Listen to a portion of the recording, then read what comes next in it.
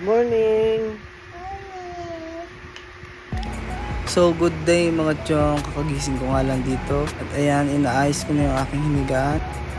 Sanay na rin kasi ako, tuwing pagkakagising ko ay inaayos ko agad ang aking higaan. At ayan nga, at nagwalis na ako dito sa loob ng kwarto kasi napansin ko na rin na sobrang dumi na. Hanggang sa kasulok-sulukan ng aking higaan ay winawalisin ko na ito upang matanggal yung mga alikabok, dumi, para naman sure ako na malinis yung aking higaan. Isipan ko na rin tanggalin yung mga punda at sapin ng aking higaan. Alam nyo ba guys, dapat sa pagpapalit ng higaan at ng punda, sa punda ay 3 days at sa sapin naman ay 1 week. At ayan nga guys, ay natanggal ko na ang punda ng aking mga unan. Ayan nga mga chong, ay tinanggal ko na ang aking sapin upang ito ay malabhan. At ayan nga guys, ay nilagay ko na ang aking bagong bedsheet. Ito nga yung napili ko kasi ito na lang kasi yung available. At ayan nga guys, ay isa-isa ko na rin nilalagyan ng punda ang aking mga unan. At ayan nga, ay natapos na ako sa paglagay ng aking punda. Nilagay ko na nga rin pala yung punda at ang aking bedsheet, kumot dito sa aking lagay ng mga labahan. Nandito na ako sa labas guys, di ko na napakita yung paglabas ko ng aking mga labahan. At ayan guys, nauna ko nang labhan yung damit ng aking lola kasi ayaw ko na rin siyang gumalaw kasi mahina. At ayan yung anak ko, kumukulit na naman. Nag-decide na nga lang ako dito na maligo siya para hindi na siya kung san-san pa nagpupunta. At ako, habang patuloy lang ako dito sa paglalaba, napatingin ako sa langit, sobrang init kaya matutuyo tong aking mga nilabahan. At si Kiona naman ay sarap na naliligo sa kanyang planggana. At dito guys ay napag-decide ko na nga rin na tanggalin yung aking damit upang maisama sa aking mga nilalaban.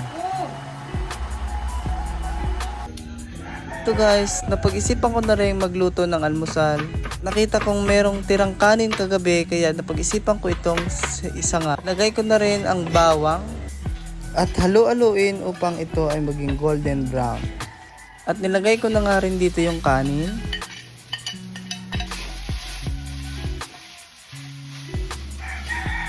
At dito guys, naglagay na rin ako ng asin upang magkalasa yung ating sinangag. At nagdagdag na nga rin ako dito ng ginisa mix upang dagdag lasa sa ating sinangag. At dito guys, tamang mekos-mekos lang tayo ng ating sinangag. At ito guys, flex ko na rin sa inyo yung mga manok namin dito sa likod. At itong manok na ito guys ay nakatatlong panalo na dito sa amin. At kumuha na rin kami sa kanya ng palahi. At itong mga nakakulong guys is 4 to 5 months old na manok.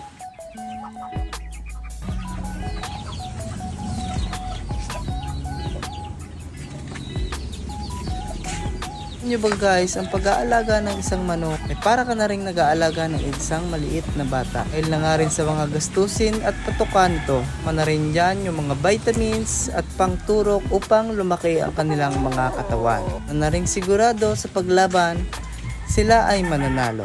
At flex ko na nga rin tong isang manok na nandito sa baba. Siya ay 6 months old na bulik guys, binigay ng aking isang tropa.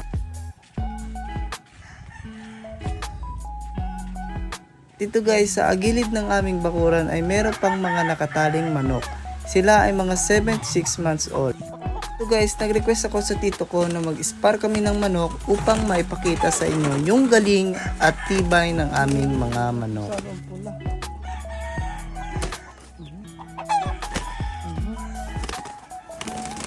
Hanggang dito na lang tayo guys. Huwag niyong kakalimutang mag-like, share, and comment sa ating first mini vlog. Thanks for watching guys. Bye!